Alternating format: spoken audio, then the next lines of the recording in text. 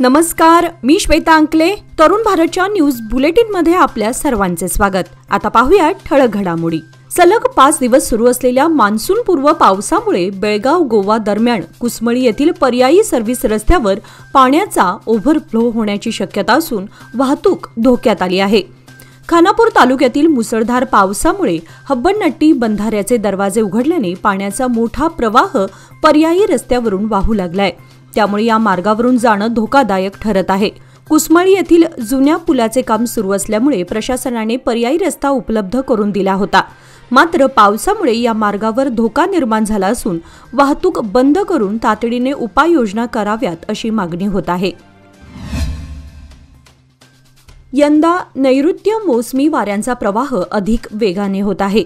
सुटलेली monsoon express देशाच्या मुख्य भूमीचे प्रवेशद्वार असलेल्या केरळसह संपूर्ण कर्नाटक किनारपट्टी व्यापून गोव्याच्या उंबरठ्यापर्यंत पोहोचली आहे. तमिळनाडूचा बहुतांश भाग व्यापलेल्या मान्सूनने ईशान्य भारतातील मिझोराममध्ये प्रवेश केला आहे. अंदमानात वेळेआधी दाखल झालेल्या मान्सूनने आठवडाभर आधीच केरळमध्ये धडक दिल्याचं हवामान विभागाने जाहीर केलंय. अरबी समुद्रातील तीव्र कमी दाब क्षेत्र पोषक ठरल्याने मोसमी वाऱ्यांनी संपूर्ण केरळ, तमिळनाडूचा बहुतांश भाग, कर्नाटकची किनारपट्टी व्यापली आहे. शहरातील fort road, Deshpande petrol pump ते तानाजी गल्ली रेल्वे गेटकडे जाणाऱ्या रस्त्याची दुरवस्था झाली आहे. परिणामी ये जा करणाऱ्यांना प्रचंड त्रास सहन करावा लागतो. या रस्त्याची तत्काळ दुरुस्ती करावी अशी मागणी व्यावसायिक, नागरिक, विद्यार्थी, पालकांनी केली आहे. पावसाळा सुरू होत आहे. रस्त्याच्या दुरवस्थेमुळे रस्त्यावर पाण्याचे डबके तयार झालेत. याच रस्त्यावर अनेक व्यावसायिक असून दररोज ये जा करतात. येथून विद्यार्थी सायकल, दुचाकी किंवा पायी ये जा करतात. रस्त्यावर मोठमोठे खड्डे पडल्याने पावसाचे पाणी त्यात साचून राहते. खड्ड्यांचा अंदाज येत नसल्याने वाहन अपघातामध्ये वाढ होत आहे. येथे मोठा अपघात होण्याचीही शक्यता नाकारता येत नाही. त्यामुळे या मार्गाची तत्काळ दुरुस्ती करावी अशी मागणी होत आहे. कॅसल रॉक नजीक प्रवासी रेल्वेचा डबा रेल्वे ट्रॅकवरून घसरल्याने कॅसल रॉक दरम्यानच्या रेल्वे वाहतुकीवर किरकोळ परिणाम झालाय. रविवारी पहाटे 2:30 वाजण्याच्या सुमारास वास्को द गामा यशवंतपूर रेल्वे गाडीचा डबा रेल्वे रुळावरून घसरल्याने अपघात झाला. करंजोळ आणि कॅसल रॉक दरम्यान अंदाजे 2:30 वाजता ट्रेन क्रमांक 17-310 वास्को द गामा यशवंतपूरचा एक डबा रुळावरून घसरला. या अपघातात कोणत्याही प्रवाशांना दुखापत झाली नसल्याचं रेल्वे प्रशासनाकडून कळवण्यात आलंय. जगलबेट कॅसल रॉक मार्गावरील असू गावाजवळ दुचाकी व कारच्या झालेल्या भीषण अपघातात 75 वर्षीय दुचाकीस्वाराचा मृत्यू झाला. ही घटना बोरेगाडी क्रॉसजवळ घडली आहे. कामरा येथील रहिवासी बालकृष्ण बिसो गावडा वय 75 हे पत्नी समवेत दुचाकीवरून प्रवास करत होते. दरम्यान कुर्वय येथून निघालेली त्यांची दुचाकी आणि गोव्याहून दांडेलीकडे जाणारी भरधाव कार यांच्यात समोरासमोर धडक झाली. या अपघातात बालकृष्ण गावडा यांचा मृत्यू झाला. त्यांची पत्नी जखमी असून त्यांच्यावर खासगी रुग्णालयात उपचार सुरू आहेत. या प्रकरणी रामनगर पोलीस ठाण्यात गुन्हा दाखल करण्यात आलाय. कुंतीनगर खासबाग येथे आज रेणुका देवीचा पारंपरिक काकण व विवाह सोहळा मोठ्या भक्तिभावात पार पडला. यानंतर सागर शहापूरकर यांच्या हस्ते देवीची आरती करण्यात आली. यानिमित्त महाप्रसादाचे आयोजन करण्यात आले होते. या सोहळ्याला हजारो भक्तांनी हजेरी लावून महाप्रसादाचा लाभ घेतला. कार्यक्रमात धार्मिक विधी, भक्तिगीते व पडल्या भरण्याचा कार्यक्रम पार पडला. या कार्यक्रमाला महाराष्ट्र एकीकरण समितीचे नेते रमाकांत कोंडुस्कर यांची उपस्थिती विशेष आकर्षण ठरली. स्थानिक महिला, युवा शक्ती आणि मंडळांनी संयोजनात मोलाची भूमिका बजावली. जिल्हाधिकारी कार्यालय ऐतिहासिक वास्तू म्हणून संवर्धन करण्याचा निर्णय घेण्यात आला आहे. यासाठी नव्याने बांधण्यात आलेल्या सिमेंटच्या इमारतीलाही दगडी बांधकामाचं नवीन रूप देण्यात येणार आहे. त्यानुसार इमारतीचे रूपडे बदल करण्यात येणार असून कारवाई सुरू करण्यात आली आहे. नवीन जिल्हाधिकारी कार्यालय इमारत उभारण्यासाठी राज्य सरकारकडून मोठा निधी अर्थसंकल्पात मंजूर केला आहे. त्यानुसार नवीन जिल्हाधिकारी कार्यालय उभारण्यात येणार आहे. तर सध्या असणारी जिल्हाधिकारी कार्यालयाची इमारत ऐतिहासिक वारसा असल्याने या इमारतीचे संरक्षण करण्याचा निर्णय घेण्यात आलाय. ऐतिहासिक वास्तू म्हणून संवर्धन करण्याबरोबरच इमारतीला नवीन लुक देण्यात येणार आहे. सध्या जिल्हाधिकारी कार्यालय असणाऱ्या इमारतीला लागून नव्याने बांधण्यात आलेल्या सिमेंटच्या इमारतीला जुने लुक देण्यास सुरुवात झाली असून जुन्या इमारतींप्रमाणे दगडी बांधकाम दिसण्यावर भर दिला जातोय। बेळगाव खरीप हंगाम सुरू झाल्याने कृषी खात्याने काटेकोर नियोजन करण्यावर भर दिला आहे। विशेषतः बी बियाणे, कीटकनाशके आणि खतांचा योग्य पुरवठा करण्यासाठी धडपड सुरू केली आहे। शिवाय शेतकऱ्यांना बी बियाणे आणि खते कमी पडणार नाहीत असा दावाही केला आहे। एकूणच कृषी खाते खरीप हंगामासाठी तयारी करत आहेत। जिल्ह्यात गतवर्षी 7 लाखाहून अधिक हेक्टर क्षेत्रात पेरणी आणि लागवड झाली होती। पावसाने साथ दिल्याने पेरणीचं उद्दिष्ट वेळेत पूर्णही झालं होतं। त्याबरोबर यंदा वेळेत पेरणी पूर्ण व्हावी यासाठी रयत संपर्क केंद्र, PKPS केंद्रांमध्ये बी बियाणे उपलब्ध केली जात आहेत। हंगामाला प्रारंभ होताच शेतकऱ्यांना वेळेत बी बियाणे वितरित केली जाणार आहेत, अशी माहितीही कृषी खात्याने दिली आहे। शहरातील प्लास्टिक विक्री दुकानात प्लास्टिक कापड व ताडपत्रीच्या खरेदीसाठी शेतकऱ्यांची झुंबड उडाली आहे। बाजारपेठांमध्ये प्लास्टिक विक्रेत्यांची संख्या वाढली असून पावसाळ्यापूर्वी मोठ्या प्रमाणात शेतकरी प्लास्टिक खरेदी करताना दिसत आहेत। पावसाळ्यात घरावर, जनावरांच्या गोठ्यांवर, गवतगंजींवर तसेच लाकडाच्या झोपड्यांवर पाणी शिरू नये म्हणून मोठमोठ्या प्रमाणात प्लास्टिक आणि ताडपत्रीचा वापर केला जातो। एप्रिल-मे महिन्यात हे साहित्य उपलब्ध असते आणि याच काळात शेतकरी बांधव खरेदी करतात। आज देखील प्लास्टिक ताडपत्री खरेदी करताना शेतकरी बांधव दिसत आहेत। वन्य प्राण्यांच्या सततच्या नुकसानीमुळे बेळगाव तालुक्याच्या पश्चिम भागातील शेतकरी उद्ध्वस्त झाला आहे। शासनाने वन्य प्राण्यांसाठी लागणारा चारा वनक्षेत्रात उपलब्ध करून नुकसानग्रस्त शेतकऱ्यांची भरपाईची रक्कम तातडीने द्यावी अशी मागणी उचगाव, बेकिनकेरे, गोसगाव, बसुर्ते आदी शेतकरी वर्गातून होत आहे। या ठिकाणी हत्ती, गवे आदी वन्य प्राण्यांकडून मोठे नुकसान झाले आहे। याची शेतकऱ्यांना भरपाई दिली गेली नाही। तसेच वन्य प्राण्यांबाबत कोणतीही ठोस कार्यवाही वन विभागाकडून केली नसल्याने शेतकऱ्यातून संताप व्यक्त होत आहे। पावसाळा जवळपास सुरू होण्याच्या तोंडावर वर्षभराच्या बेगमीसाठी करावयाच्या तिखटाच्या लाल मिरच्या खरेदीसाठी गृहिणींची अंतिम टप्प्यातील धावपळ उडाली आहे। बाजारात विक्रीसाठी मिरच्या मुबलक असून त्यांचे दरही आवाक्यात आहेत। सर्वसाधारण बॅडगी, गुंटूर, तेजा, ज्वाला, संकेश्वरी इत्यादी प्रकारच्या मिरच्यांचे दर प्रति किलो प्रतवारीनुसार 200 ते 500 रुपये असे आहेत। संकेश्वरी ज्वारी मिरची थोडी महाग आहे। पालेभाज्यांची आवक किंचित घटली असून दर वाढले असले तरी गत आठवड्याच्या तुलनेत फळभाज्यांची आवक आणि दरही समाधानकारक आहेत। बेळगाव शहर व ग्रामीण भागात वळीव पाठोपाठ उसंत न घेता मान्सूनपूर्व पाऊस सुरू झाला आहे। सलग 6व्या दिवशीही पावसाची संततधार कायम राहिली। यामुळे शेतकरी वर्गात चिंता वाढली असून पेरणीपूर्व मशागत झाली नाही तर पेरणी कशी करायची असा प्रश्न शेतकऱ्यांसमोर पडलाय। या परिसरामध्ये भात, नाचणी, शेंगा, मका, बाजरी या खरीप पिकांची पेरणी मोठ्या प्रमाणात केली जाते। पण यंदा पावसाने उसंत न घेतल्याने पेरणीपूर्व मशागत झालेली नाही। परिसरात ऊस पीक क्षेत्र सर्वाधिक आहे। वळीव पावसामुळे ऊस पिकाला काहीसा दिलासा मिळालाय। ऊसाची वाढही चांगली होत आहे, पण या काळात ऊसाची भरणी करण्यासाठी महत्त्वपूर्ण ठरते। पण मान्सूनपूर्व पावसाने संततधार चालवल्याने हे कामही ठप्प झालंय। नवीन शैक्षणिक वर्षाला गुरुवार दिनांक 29 मे पासून प्रारंभ होणार आहे। विद्यार्थी 31 जून पासून शाळांमध्ये येणार असले तरी त्यापूर्वी 2 दिवस शिक्षक शाळांमध्ये उपस्थित राहणार असून अभ्यासक्रमाची तयारी करणार आहेत। याचबरोबर विद्यार्थ्यांच्या स्वागतासाठी विविध उपक्रमांचे आयोजन करणार आहेत। शाळा सुरू होण्यास अवघे 4 दिवस शिल्लक असल्याने शाळांमध्ये नवीन प्रवेश करून घेण्यासाठी शिक्षकांची धावपळ सुरू आहे।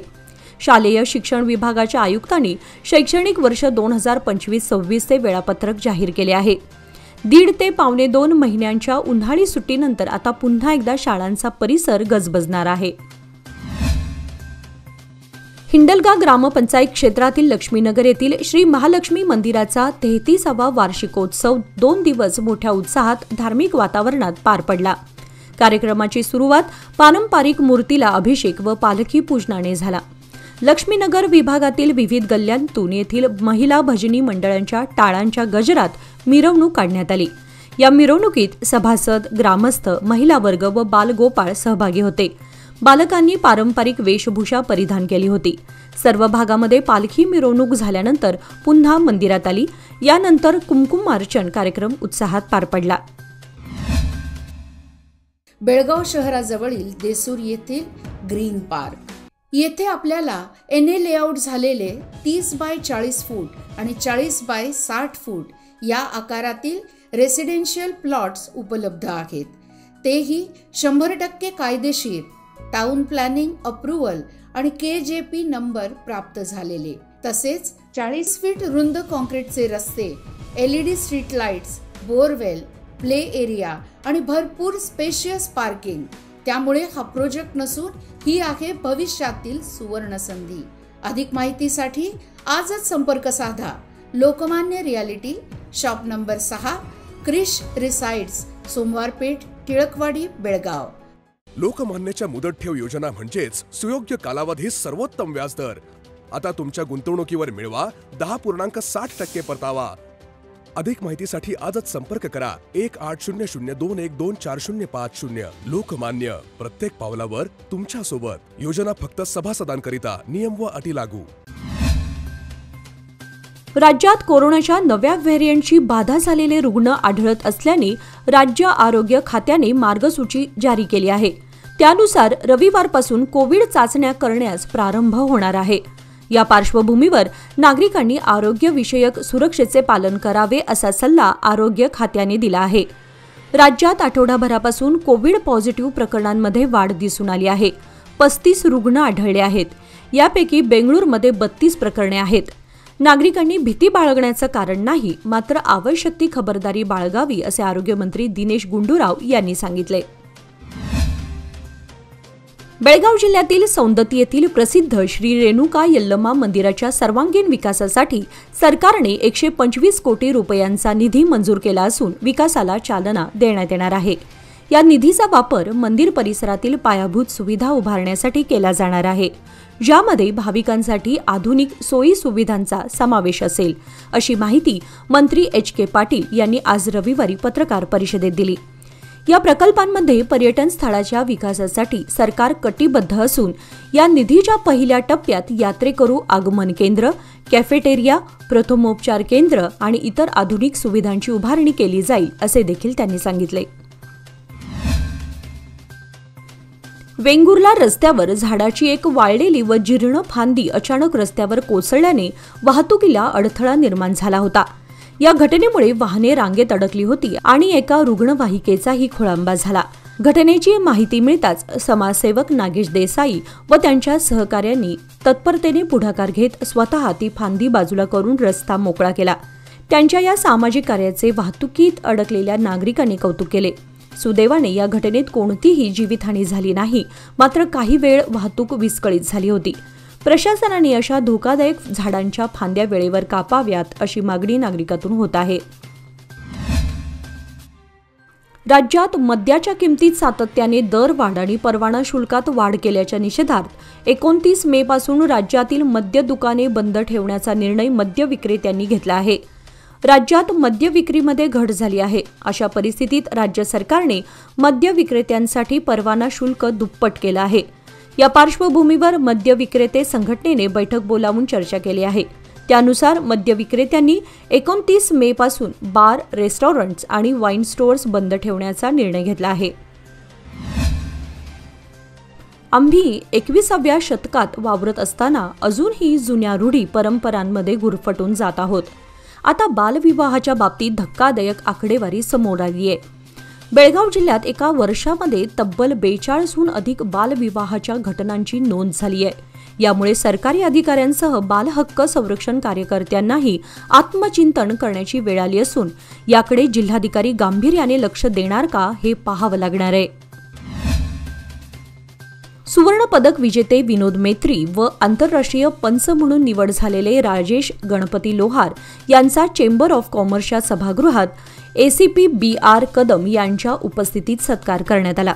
याप्रसंगी बेळगाव ट्रॅफिकचे ACP BR निकम, अभिनेत्री प्राजक्ता चव्हाण, अनिल आंब्रोळे, अभिनेता शशिकांत नाईक, अभिनेत्री निधी राऊळ इत्यादी मान्यवर उपस्थित होते।